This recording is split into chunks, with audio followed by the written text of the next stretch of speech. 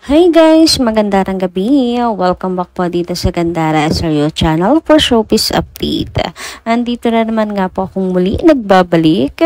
Ang nagmamaganda ninyong kachismosang Kim Pao, wala na nga pong iba ang lukarete si Gandara upang maghatid sa inyo ng latest update and fresh happenings patungkol kina Kim Chiu and Paolo Avellino.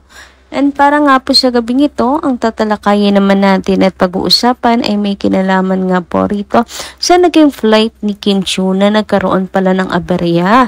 Nako, mahirap po yan. Parang ilang beses na itong na-experience ni Kim Nako. Hirap din pala kapag kaganyang maraming event. So, tama pa ba na tayo mag-demand ng kung ano-anong event ni Kim? Anyway, bago tayo mag-start sa mga di pa nakaka-subscribe sa ating channel, pakiclick lang po tayo ng subscribe button at notification bell na nariyan sa baba para maging updated po kayo at ma-notify tuwing may bago tayong chika at balita hinggil sa Kim Pao. Basta po mga balita na may kinalaman kina Kim Chiu and Paolo Avellino, sagot na po natin yan. So, eto na nga po mga kakimpaw, ang ilan sa ating mga kakimpaw nga po ay concerns and sobrang nag-aalala ngayon kay Kim Chiu for her safety and syempre kapag bumabiyahe siya, lalo na ngayon at nag-update mismo si Kimi, kasi alam natin nasa Cebu siya, pero bumiyahe po siya para sa isa pong event dito sa Tanduay. Para sa Tanduay, sa CDO. So, eto nga po guys, ang update ni Kimi. Based nga po sa post ni Kimi, used to plane trouble already. Mostly with flight PAL. Emergency landing, reroute, back to base. Supposed to be CDO now. Cebu again. Complementary food equals mamon plus water. O to the M to the G. So, ayan, hindi talaga maiiwasan na hindi po mag-alala para kay Kim Chiu kasi syempre pabalik-balik po siya. Bumabiyahe, buti ba sana hindi grabe yung mga balita nung nakaraan, 'di ba? So, medyo nakakapraning nga din. So, what more pa si Kim Chiu na mismong laging bumabiyahe. Kaya guys, tayo na may mga demand, of course, na gusto pong magkaroon ng event ng Kim Pao para more ayudas.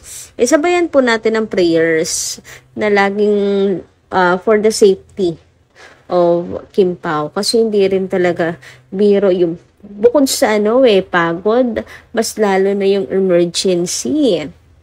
Pero buti na lang talaga kahit pa paano, 'di ba?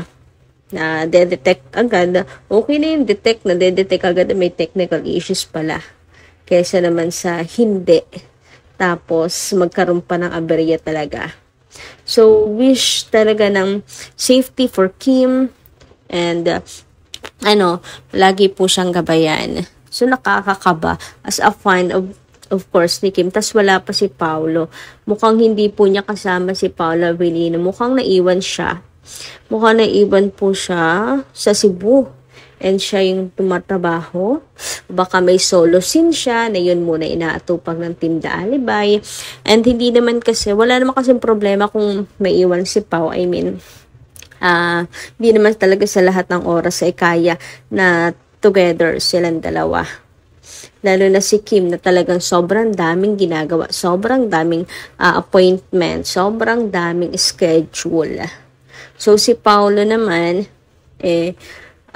marahil nakafocus sa The Alibay. Tulungan lang din talaga. Bukod kasi sa you beside me ang Kim Pao, meron po silang teamwork na tinatawag. Pag magkasama naman silang dalawa, wala naman tayong dapat na ipangambay, 'di ba?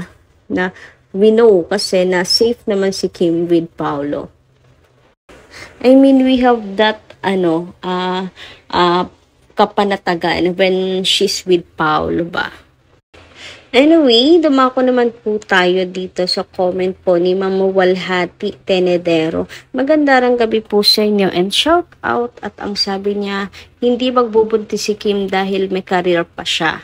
Ayan ha, marami naman sen siya or science. Ginagamit ko yun.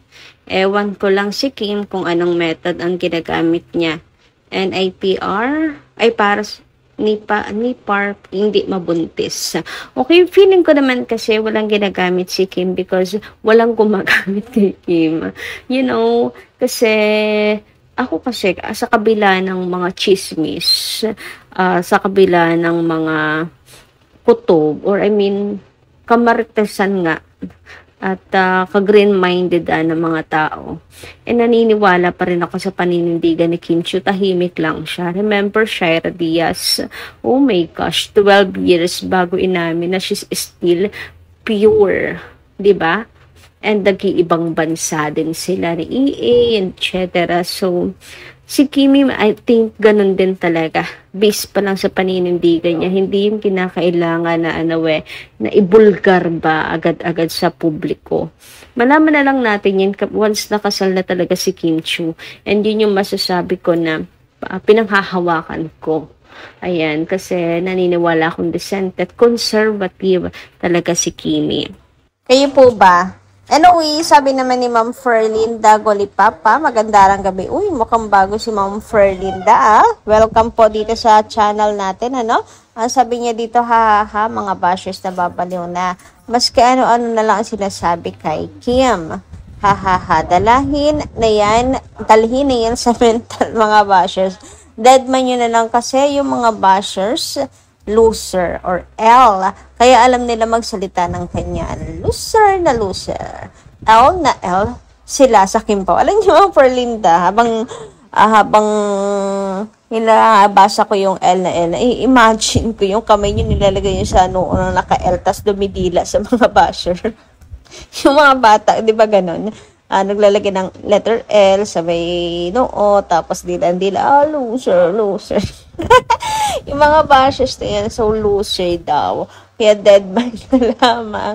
Parang ang sarap lalong asarin ng mga bashers na to. Maski ano-ano na nga lang po talaga ang binibitawan po kay Kim. Hindi na kasi malaman kung paano nila hihilahin pababa. Kasi tuwing hila naman po nila kay Kim, tuwing hila nila pababa kay Kim, nakakaangat si Kim Chiu.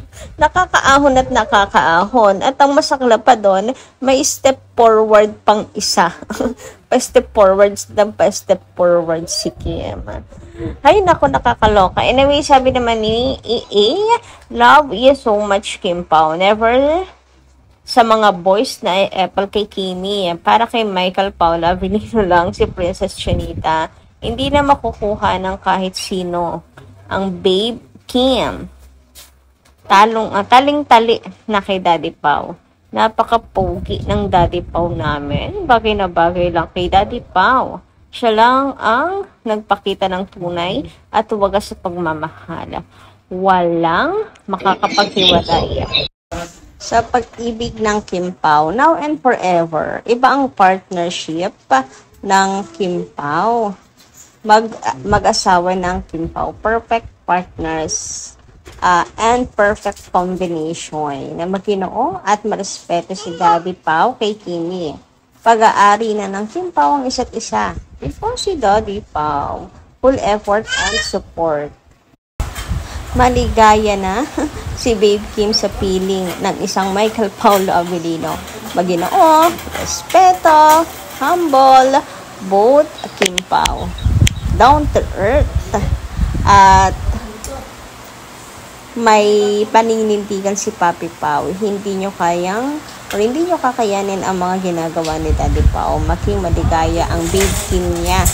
Maglipat ng malapit na siguro 3 years ang Kim Pao sa 2026. Sana itali na ni Paulo si Kimi para magkaroon na kami ng twin babies na pangarap naming mga seniors. Prayers and wishes, safe and good health.